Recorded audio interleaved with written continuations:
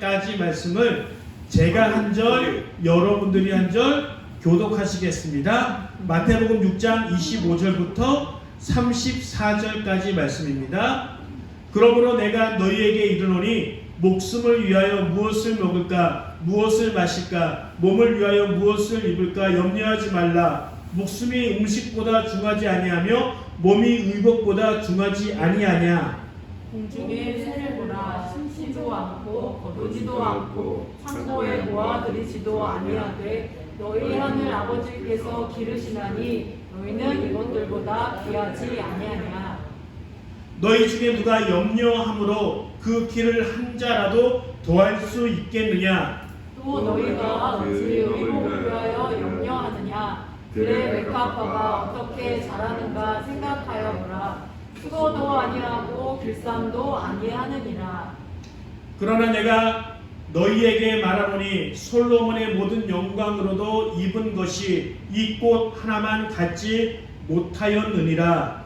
오늘 있다가 내일 아궁이에 던져지는 들불도 하나님이 이렇게 입히시거든 하물며 너희일까 보냐. 믿음이 적은 자들아. 그러므로 염려하여 이르기를 무엇을 먹을까, 무엇을 마실까, 무엇을 입을까 하지 말라. 이는 다 이방인들이 구하는 것이라. 너희 하늘 아버지께서 이 모든 것이 너희에게 있어야 할 줄을 아시느니라. 그러므로 너희는 먼저 그의 나라와 그의 의를 구하라. 그리하면 이 모든 것을 너희에게 더하시리라. 그러므로 내일 일을 위하여 염려하지 말라. 내일 일은 내일이 염려할 것이요 한날의 괴로움은 그날로 족하니라. 아멘.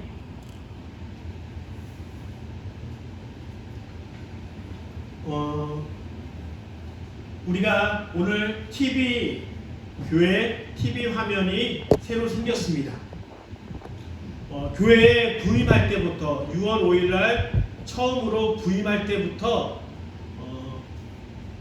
제일 먼저 바꾸고 싶었던 것이 바로 이 예배를 돕는 이 화면을 바꾸고 싶었습니다.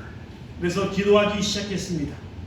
그래서 요즘 세일을 많이 하는 기간이 있었고 쿠폰을 많이 적용할 수 있어서 나름 저렴하게 이렇게 구입해서 이 예배를 돕는 목적으로 사용하고 있습니다.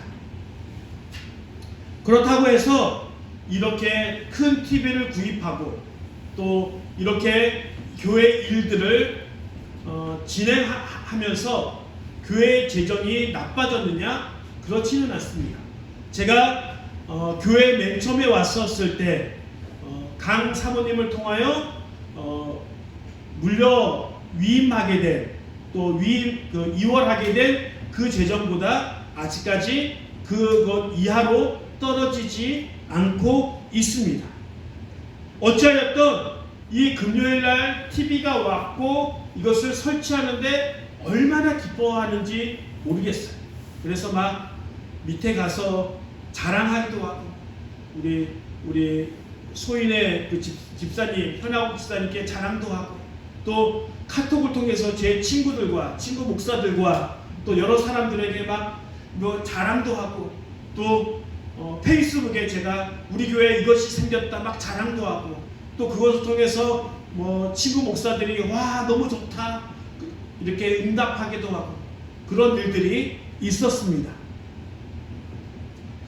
그래서 한 시간 이상은 이거를 바라보면서 하나님께 감사하고 기쁘고 즐거운 마음으로 그렇게 시간들을 보내고 있습니다. 이 재정을 한 120만 원 정도에 구입을 했는데 저한테는 그것이 참 기쁘고 즐거운 일이었습니다. 그렇다면 이제 제가 여러분들에게 한번 물어보기를 원합니다. 여러분들은 얼마면 기뻐할 수 있습니까? 여러분들이 기뻐하고 감사할 수 있는 기준이 있을 것입니다. 어떤 사람은 나는 차가 바꾸고 싶어. 그래서 이 차를 바꾸면 정말 기쁘고 즐거운 마음이 생길 거야. 라는 마음이 있을 것입니다. 아마도 그 사람이면은 4천만 원, 5천만 원 정도의 재정이 있으면 그 사람은 기뻐하고 감사할 수 있게 되는 것입니다. 또 어떤 사람은 집을 바꾸고 싶어. 그 사람은 더 많은 재정의 돈이 필요하게 될 것이고 그것으로 인해서 기쁨을, 감사를 경험하게 될 것입니다. 아니면 나는 가족여행을 가고 싶어. 아니면 나는 근사한 옷을 구입하고 싶어. 아니면 나는 근사한 곳에서 식사하고 싶어. 이렇게 내가 이것을 하면 기뻐하고 감사할 수 있겠다라고 생각하는 그 기준이 있습니다. 그래서 저는 여러분에게 물어봅니다. 여러분들은 무엇이 생기면 감사하고 기뻐할 수 있습니까? 아니면 여러분들은 얼마의 재정으로 행복해질 수 있고 감사해질 수 있는지 우리가 곰곰이 한번 생각해 보기를 원합니다. 어떤 사람들은 하루하루 아주 작은 것에 행복을 느끼고 감사를 느끼며 살아갑니다. 그 사람이 느끼는 감사와 행복의 기준은 매우 낮아서 그냥 어떤 사람이 나를 향해서 한번 웃어주는 그 웃음으로 행복해지면서 하루를 살아갈 수 있습니다. 그러나 많은 사람들은 그 작은 것에서부터 행복과 감사를 느끼지 못하고 내가 원하는 그 높은 기준이 도달했을 때 비로소 나는 감사하며 행복을 느끼는 사람들이 아주 많이 있다는 것입니다. 목이 말랐을 때 그 시원한 냉수 한 잔이 우리에게 얼마나 큰 기쁨과 행복을 가져다 주는지 우리는 경험해 본 적이 있습니다. 너무 배가 고팠을 때 정말 아무것도 아니지만 된장국에 김치 하나 비벼서 먹었던 그 밥 한 끼가 우리가 얼마나 행복하고 즐거움을 느꼈는지 우리는 경험해 봐서 알 수 있습니다. 그러기에 우리가 느끼는 감사와 행복은 먼 곳에 있는 무지개와 같이 높은 그런 몇억이나 되는 그렇게 높은 곳에 위치해 있는 것이 아니라 어쩌면 우리가 느끼는 감사와 행복은 아주 작은 것에서 느끼는 사람만이 오히려 진정한 행복과 감사를 매 순간마다 느낄 수 있다는 거예요.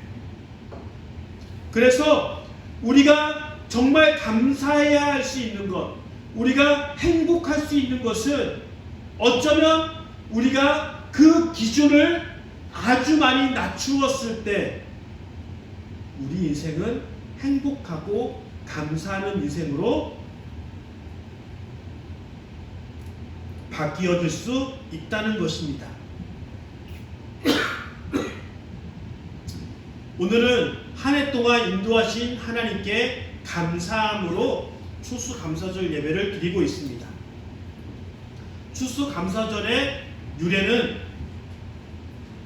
영국에서 종교적인 자유를 하나님께 자유롭게 예배를 드리기 위해서 영국을 떠나서 미국으로 이주했던 신앙인들에 의해서 시작됩니다. 배를 타고 왔기에 지금 우리 이사를 하면 어떡하죠? 이렇게 이삿짐 센터를 불러서 모든 짐을 다 싸들고 이렇게 이사를 합니다. 그러나 배로 이주해 왔다는 것은 어쩌면 그들이 최소한의 짐을 가지고 도착했다는 거예요. 그래서 그들이 1620년 12월 21일 날 미국에 도착했습니다. 12월 달은 어떤 계절이죠? 한겨울입니다. 그들이 싸왔던 먹을 것을 음식과 그런 것들은 얼마지 않아서 다 소진해 버렸고, 한겨울에 불어오는 차가운 겨울 바람과 눈과 그 어려움은 집을 짓지 않고는 제대로 이겨낼 수 없을 정도로 열악한 상황이었습니다. 그래서 그들을 도왔던 여러 인디안들이 존재했습니다. 어떻게 하면은 작물을 재배하고 또 그들이 빨리 먹을 수 있는 음식물들을 제공하고 함께 생활할 수 있는 도움을 많이 가져다 주었습니다.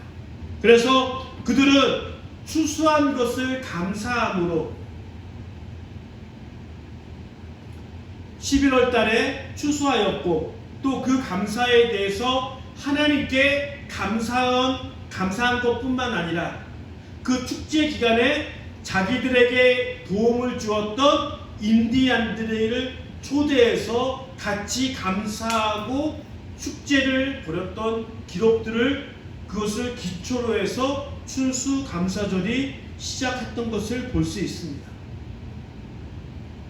그래서 어떻게 보면은 그들의 감사는 이 척박한 땅에서 살아남았기에, 그리고 생존을 위한 가장 최소한의 곡식을 수확할 수 있는 것에 대한 감사함이 있었기에 그렇게 추수감사절의 시작이 거기서 시작된 것을 볼 수 있습니다. 우리가 추수감사절을 맞이하여서 다시 한번 점검해 봐야 하는 것은, 우리가 행복하고 감사하는 그 기준이 어디에 있는지 한 번 더 점검해 봐야 한다는 것입니다. 오늘 읽은 본문에 의하면은 사람이 염려해서 이루어질 수 있는 것은 없다라고 이야기하고 있습니다. 사람이 염려하여 그 키를 한 자라도 크게 할 수 있느냐? 할 수 없다라고 오늘 본문에서 우리에게 정확하게 이야기를 해주고 있습니다. 그런데 사람들은 의외로 많은 발전들을 이루어 놓았습니다. 불과 100년 전만 해도 우리나라에서는 아버지의 직업이 아들의 직업이었고, 아들의 직업이 손자의 직업이었습니다. 별로 그렇게 많은 발전들이 이루어지지 않았습니다. 그러나 지금은 우리가 상상할 수 없을 정도로 많은 발전이 우리 가운데 일어나고 있습니다. 앞으로 10년에서 15년 후에는 사람이 운전하지 않고도 차가 운전할 수 있는 그 일들이 진짜 일어나게 됩니다. 그리고 우리가 공상 과학 영화에서 보았던 터미네이터, 사람이 존재하지 않고 기계들로 인하여서 전쟁이 일어나는 일들이 지금도 벌어지고 있습니다.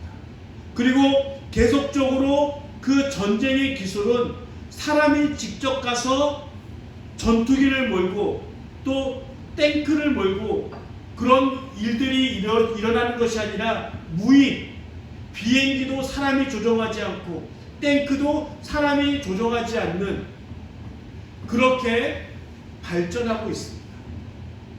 이제 달에 가는 일들은 무척 쉬운 일이고, 또 어떤 사업가는 우리가 화성 가서 살겠습니다 라고 선포하고 그 기술들을 열심히 개발하고 있습니다. 인공지능으로 사람이 할 수 없는 일들을 매우 과학적으로 효과적으로 그 일들을 이루어가고 있습니다. 그런데 이렇게 사람의 지능과 또 사람들이 서로를 집단생활하면서 어린아이들을 보호해주고 어르신들을 보호함으로 그 이어져 오는 지식을 끊이지 않고 발전해서 연결해서 발달시키고 있는 것이 있습니다. 그런데 이렇게 사람의 이성이 무한으로 발전해 나아가는 것처럼 보일 수 있지만 우리는 지금도 코로나라는 그 전염병으로 인하여서 사람의 발전과 교류가 멈춰져 있습니다. 그리고 이렇게 과학 문화와 많은 일들이, 많은 철학들이 발전해 나가고 있지만 더 많은 가정이 이혼을 하고 빈부의 격차는 더 벌어지고 상대적인 빈곤은 심해져 가고 있습니다. 그러면서 우리는 더 외로워지고 아파하며 힘들어지고 있는 현실들을 마주하게 됩니다.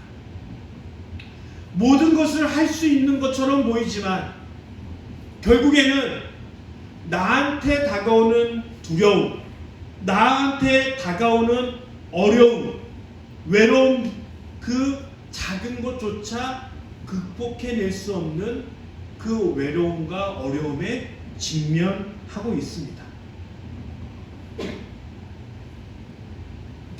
1900년대 초에 계몽주의자들이 있었어요. 이 사람들은 어떤 사람들이었냐면 사람의 이성으로 유토피아를 건설할 수 있다라고 믿었던 사람이에요.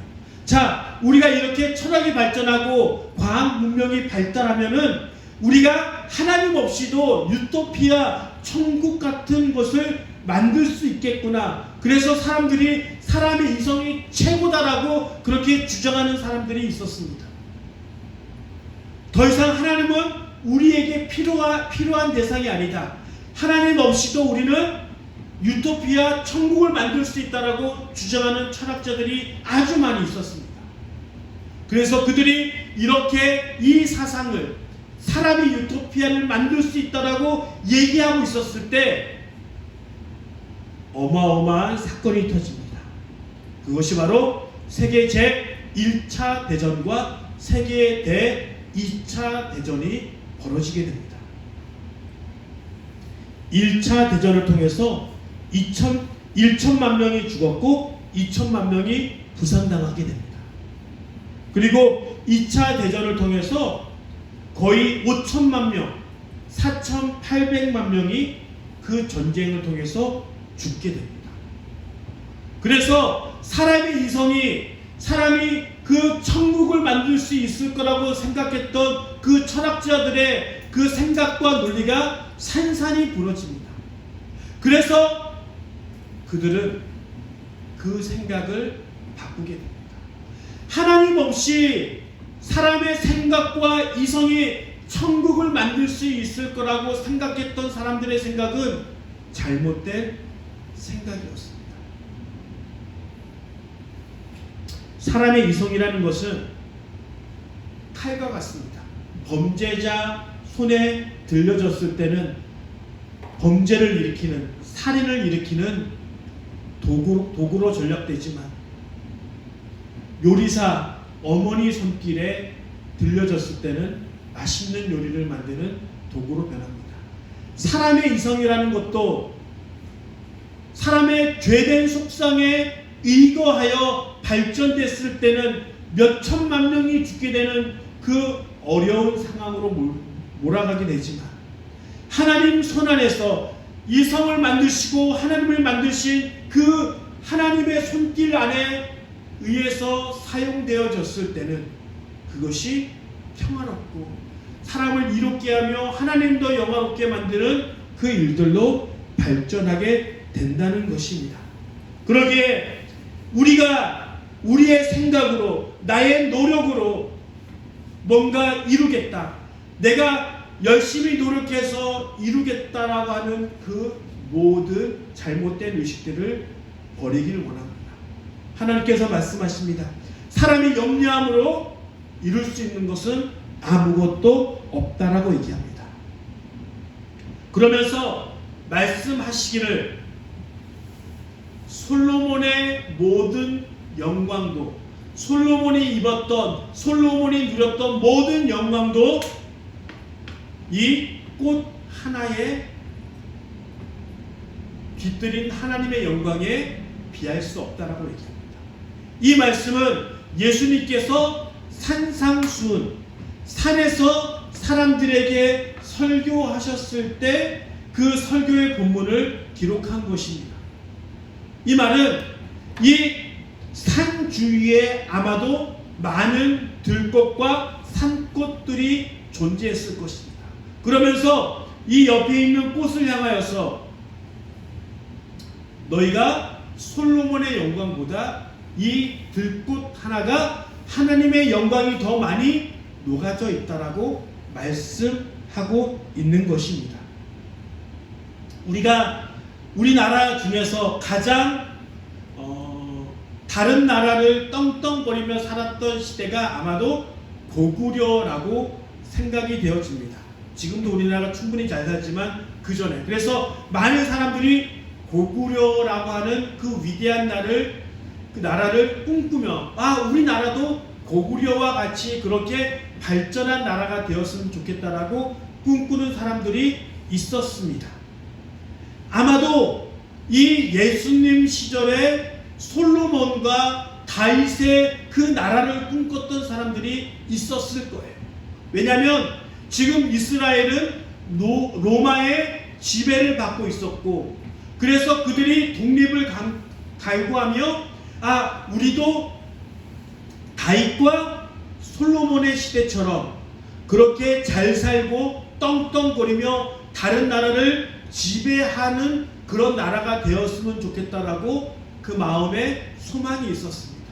그래서 그 당시에 메시아를 꿈꿨던 많은 사람들이 다윗을, 그 나라를 꿈꾸면서 메시아가 오면 다윗의 나라처럼 우리나라가 다른 나라를 지배할 거야 라고 그렇게 꿈꾸면서 메시아를 기다리고 있었습니다. 그 사람들에게 솔로몬이 누렸던 영광은 꿈에도 그리던 그 하나님의 가장 최고의 영광의 정점이었을 것입니다.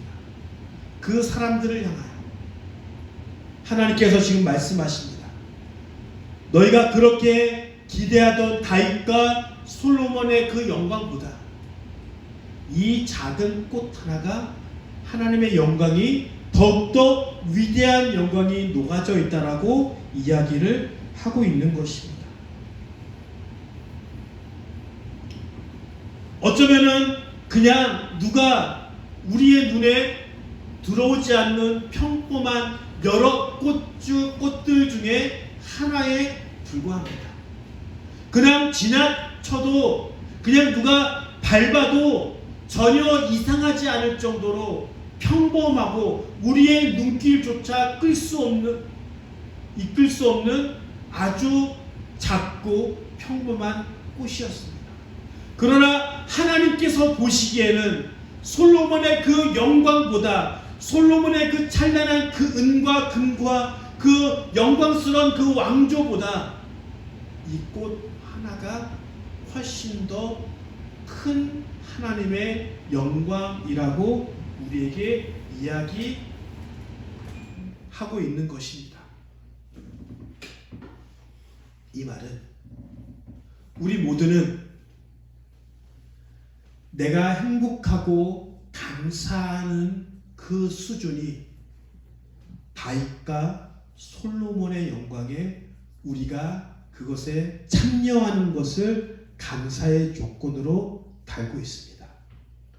돈을 많이 벌고 또 우리가 꿈꾸는 차와 집과 건강이 이루어져야지만 하나님의 영광을 할 수 있고 감사할 수 있을 거라고 얘기합니다. 그러나 우리의 눈에 들어오지 않고 아주 평범한 그 들꽃 하나가 하나님의 영광을 녹아져 있다라고 얘기하고 있는 것은, 우리가 감사하고 우리가 행복하는 그 수준을 하나님께서 세상을 바라보고 세상을 느끼는 것에 그 시선에 맞추었을 때 아주 작고 평범한 곳에서 하나님의 영광을 볼 수 있고 아주 작고 초라하지만 그것을 통하여 하나님의 영광에 들어갈 수 있고 우리가 행복할 수 있고 감사할 수 있는 기준이 마련될 수 있는 거예요. 그래서 제가 다시 한번 여러분께 여쭈어봅니다. 여러분들은 얼마면 행복하고 감사할 수 있습니까? 오늘 설교 본문을 통하여 예수님은 그 작은 꽃 하나가 하나님의 영광이 녹아져 있다라고 얘기하고 있습니다. 그렇다면 우리도 그 작은 꽃을 보면서 하나님의 영광을 찬양하고 그 꽃을 통하여 하나님의 영광을 경험할 줄 알아야 합니다. 그것이 하나님께서 이 세상을 창조하시고 우리에게 너무나도 많은 것들을 주셨지만 우리가 너무나도 허황된 높은 시선으로 인하여서 우리에게 우리의 삶 가운데 주신 그 영광스러움을 느끼지 못하고 그냥 흘려보내는 그 모습이 우리가 감사하고 행복해질 수 없는 걸림돌이 된다는 것입니다. 하나님의 영광은 이 세상 모든 것에 깃들여져 있습니다. 그래서 오늘 이야기한 것처럼 꽃을 보면서 감사할 수 있고 지나가는 어린아이의 작은 웃음에 행복을 느낄 수 있고 하나님이 저 사람을 저렇게 사랑하시는구나 라고 그렇게 느끼고 공감했을 때 비로소 우리는 매 순간마다 감사하며 행복을 느낄 수 있는 거예요. 그러면서 이야기합니다. 하늘에 나는 새를 봐라. 먹이고 입히지도 않고 기르지도 않는데 잘 먹고 생활하지 않느냐. 그러면서 말씀하십니다. 너희는 그 새보다 어떻다? 더 귀하다. 우리가 하나님께서 보시기에 귀한 존재이다. 그것을 우리가 느끼고 경험한다면 우리는 매 순간마다 감사함으로 행복함으로 살아갈 수 있는 거예요. 내가 돈 5천만 원이 필요하고 돈 그 커다란 집이 필요하고 금은 보석이 필요한 것이 아니라 우리가 하나님의 영광 가운데 하나님의 행복 가운데 하나님의 감사함 가운데 살아갈 수 있는 유일한 조건은 내가 내 삶 가운데 나는 하나님의 귀한 자녀입니다. 나는 하나님의 귀한 존재입니다. 하나님이 늘 우리를 보호하시고 지켜주십니다. 이 믿음이 없기에 다른 곳에서 감사함과 행복함과 즐거움을 찾고 결코 우리는 다른 곳에서 행복과 감사를 찾는다면 우리가 그 행복과 감사를 발견하지 못할 것입니다. 그런데 우리에게 행복과 감사의 조건을 나는 하나님의 귀한 존재입니다. 그것을 느끼는 사람, 나는 하나님께서 나를 살리기 위해서 예수님이 십자가에서 못 박혀 돌아가셨구나. 나는 그만큼 존귀한 자이구나. 그것을 느끼는 사람만이, 아니면은 내가 힘들고 어려운 길을 가고 있지만 그 발걸음마다 하나님이 나와 동행하시는구나. 나와 함께 하시는구나. 그것을 경험하는 사람만이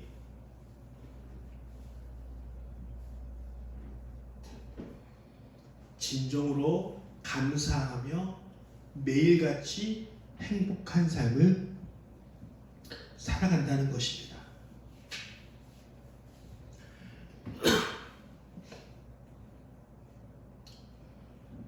다시 한번 묻겠습니다. 여러분들은 무엇으로 인해 감사의 조건을 찾고 있습니까? 무엇이 이루어져야지 감사할 수 있겠습니까? 오늘 본문을 통하여 예수님께서 말씀하십니다. 너희는 새보다 꽃보다 하나님의 영광스러운 존재이며 귀한 존재이다. 그러므로 그 이후의 말씀은 너희가 무엇을 먹을까? 무엇을 입을까? 염려하지 말라. 너희는 먼저 그의 나라와 그의 의를 구하라. 그리하면 이 모든 것을 너희에게 더하시리라. 우리의 감사의 조건을 하나님의 나라와 하나님의 의로부터 찾기를 원합니다. 우리가 행복해질 수 있는 그 조건을 내가 하나님의 존귀한 자임을 고백하며 거기에서 행복과 감사의 의미를 찾길 간절히 소망합니다. 기도하시겠습니다. 하나님 감사합니다.